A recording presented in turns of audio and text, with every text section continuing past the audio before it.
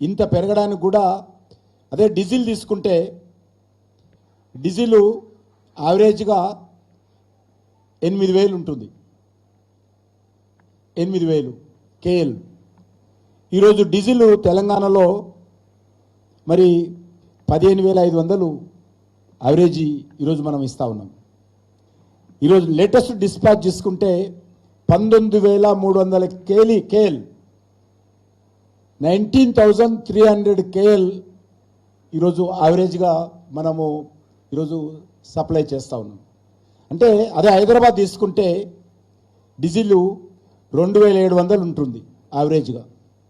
ఈరోజు 5,060 కేఎల్ హైదరాబాద్లో సప్లై చేస్తున్నాం. దురదృష్టం ఏంటంటే మన సోషల్ మీడియా, కొంతమంది రాజకీయ నాయకుల ప్రకటనలు వీటన్నిటికీ కారణమైంది. దురదృష్టవశాత్తు మనము ఏదైతే అమెరికా ఇరాన్ మధ్యలో జరుగుతున్నటువంటి ఘర్షణ, మనకు వస్తున్నటువంటి మరి ఇతర దేశాల నుంచి రావాల్సినటువంటి క్రూడ్ ఆయిల్ ఏదైతే ఇబ్బందులు లేవో అందరం చూస్తూ ఉన్నాం. ఇది దాచిపెట్టాల్సిన అవసరం కాదు. అనేక దేశాల్లో పెద్ద ఎత్తున ఇబ్బందులు ఎదురవుతున్నారు.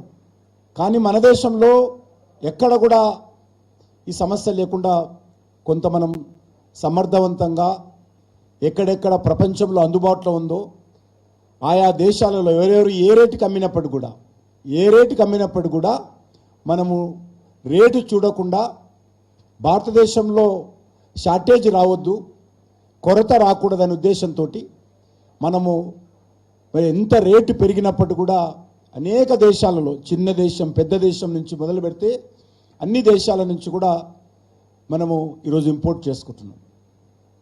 ఎందుకంటే మనము ప్రపంచంలో largest population, world biggest population ఇండియాలో ఉంది. ఉన్నటువంటి మన దేశంలో ఈరోజు దురదృష్టవశాత్తు మనము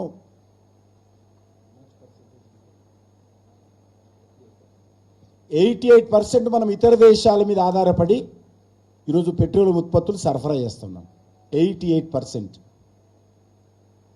మరి ఇతర దేశాల నుంచి వస్తున్నప్పుడు ఇబ్బందులు ఉన్నప్పుడు కూడా మోడీ గారు ఈరోజు అనేక దేశాలతో ఉన్నటువంటి సంబంధాల కారణంగా మనకు ఉన్నటువంటి మంచి విదేశీ విధానం కారణంగా ఈరోజు అనేక దేశాలు కూడా మరి ప్రియారిటీ బేసిస్లో మన దేశానికి ఆయిల్ ఉత్పత్తులను పంపిస్తూ ఉన్నారు.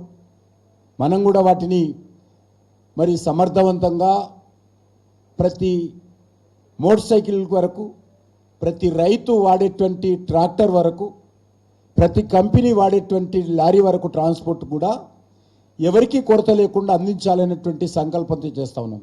కానీ దురదృష్టవశాత్తు అక్కడక్కడ ముందుగా కొంత ఆంధ్రప్రదేశ్లో ప్రాబ్లం ఏర్పడింది. అక్కడ ప్రభుత్వం పూర్తిగా ఈరోజు రంగంలో దిగి అక్కడ కూడా సమస్య పరిష్కారం చేయడం జరిగింది.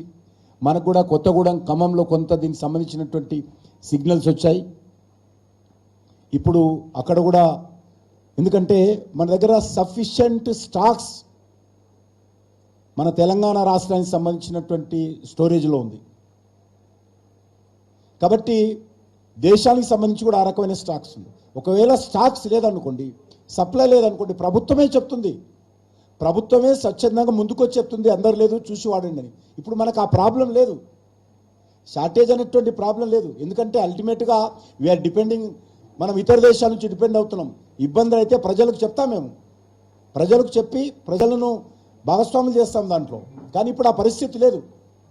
మనకు దురదృష్టం ఏంటంటే ఒక అపోజిషన్ పార్టీ లీడర్ ఈరోజు సాయంకాలం 7 గంటల నుంచి ధరలు పెరుగుతాయని చెప్పాడు. ఇంతకంటే దురదృష్టం ఇంకొకటి ఉండదు. దీని కారణంగా ప్రజల్లో ఒక టెన్షన్ వాతావరణం వచ్చింది. దీని కారణంగా ట్యాంకులు నింపుకుంటున్నారు, ఇంట్లో అన్లోడ్ చేస్తున్నారు, మళ్ళీ ట్యాంకులు నింపుకుంటున్నారు. చిన్న చిన్న వ్యక్తులు కావచ్చు, సంస్థలు కావచ్చు, కంపెనీలు కావచ్చు. ఇది చేయకూడదు ఆ రకంగా. నేను ఒకసారి కొడుతున్నాను, వాళ్ళెవరో పనికిరాని వాళ్ళు స్టేట్మెంట్ ఇస్తే మనం ఎవ్వరం కూడా భయపడాల్సిన అవసరం లేదు. ఏదైనా ఉంటే ప్రభుత్వం చెప్తుంది తప్పకుండా. రెండోది, ఈరోజు పెట్రోల్ ఇళ్లలో స్టాక్ పెట్టకండి దయచేసి. ఎండాకాలం ప్రమాదాలు జరిగే అవకాశం ఉంటుంది. కాబట్టి నేను ప్రజలను కూడా అలర్ట్ చేస్తూ ఉన్నాను. ఎవరు కూడా మీరు ఇళ్లల్లో పెట్రోల్ స్టాక్ పెట్టుకోకండి. మనము అది చాలా ఇతర సమస్యలకు మరి వెళ్ళాల్సి ఇబ్బంది భరించాల్సిన పరిస్థితి వస్తుంది. కాబట్టి ఎవరు కూడా పెట్రోల్ స్టాక్ ఇళ్ళల్లో పెట్టుకోకూడదు. రెండోది, స్టాక్ ప్రాబ్లం లేదు మనకు. నేను చెప్పాను, ఇప్పుడు యావరేజ్గా ఒక 2 నెలల క్రితము లేకపోతే 3 నెలల క్రితం ఎంత సప్లై ఉండిందో ఈరోజు సప్లై తీసుకుంటే ఆల్మోస్ట్ డబుల్ అయింది. అది పెట్రోల్ కానీ డీజిల్ కానీ. అదేవిధంగా ఆటో ఎల్పిజి ఉంది. ఆటో ఎల్పిజి ఎప్పుడు చూసినా వెహికల్స్ ఉంటాయి. కొంత ఇక్కడ ప్రభుత్వ పరంగా సరఫరా చేస్తున్నటువంటి ఆయిల్ కంపెనీలు ఏవైతున్నాయో పిఎస్సిస్, అవి ఎక్కడ కూడా డబల్ చేస్తూ ఉన్నారు సప్లై. కానీ అవైతే కొన్ని ప్రైవేట్ కంపెనీల ద్వారా ఎల్పిజి, ఆటో ఎల్పిజి ఉంటుంది. అవి ఆల్మోస్ట్ వాళ్ళకి ఇతర దేశాల నుంచి రాని కారణంగా, వాళ్ళకు ప్రత్యామ్నాయం లేని కారణంగా అవి కొద్ది ఇబ్బంది ఉన్నది. కానీ ప్రభుత్వ పరంగా చేసేటువంటి మా ఆటో ఎల్పిజి సప్లై ఈరోజు ఏం ప్రాబ్లం లేదు. మేము 100% కంటే మించి డబల్ చేసి ఈరోజు ఆ సప్లై కూడా చేస్తూ ఉన్నాం. కాబట్టి నేను ప్రజలను కోరేది ఒకటే, సహకరించండి. ఏ రకమైనటువంటి ఆందోళన చెందాల్సిన అవసరం లేదు. ఏ రకమైనటువంటి స్టాక్స్ ఇళ్లలో పెట్టుకోవడం కానీ పెట్టుకోవాల్సిన అవసరం లేదు. నేను కంపెనీలను కోరుతా ఉన్నాను, ట్రాన్స్పోర్ట్ కంపెనీలను కూడా కోరుతా ఉన్నాను. ఎవరు కూడా మీరు తప్పుడు ప్రచారాలు బయట చేయకూడదు. నేను సోషల్ మీడియాకు కూడా కోరుతా ఉన్నాను. సోషల్ మీడియాకు సంబంధించినటువంటి influencers any time they can go to the my oil India company, వాళ్ళు అడగండి, డీటెయిల్స్ ఇస్తారు. కానీ మీరు తెలుసుకోకుండా ఈ రకంగా ప్రజలను ఒక భయానకమైనటువంటి భయకంపిత వాతావరణంలో నెట్టేయద్దు అని చెప్పి నేను కోరుతా ఉన్నాను. ఈరోజు ఖచ్చితంగా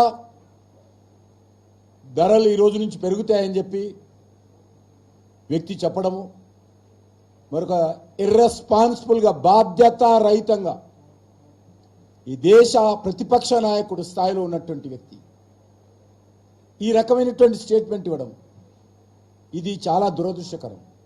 దీని కారణంగా కూడా చాలామంది కింది నుంచి పై వరకు అందరూ కూడా స్టోర్ చేసుకుంటున్నారు. అది ఎందుకంటే మనకు ఉన్నటువంటి నేపథ్యంలో అది ఉన్నది. అది కాకుండా కొన్ని డీజిల్కి సంబంధించి మేము ఇటీవల ఈ షార్టేజ్ వచ్చిన తర్వాత ఇతర దేశాల నుంచి వస్తున్నటువంటి దిగుమతి మీద అనేక రకాల ఇబ్బందులు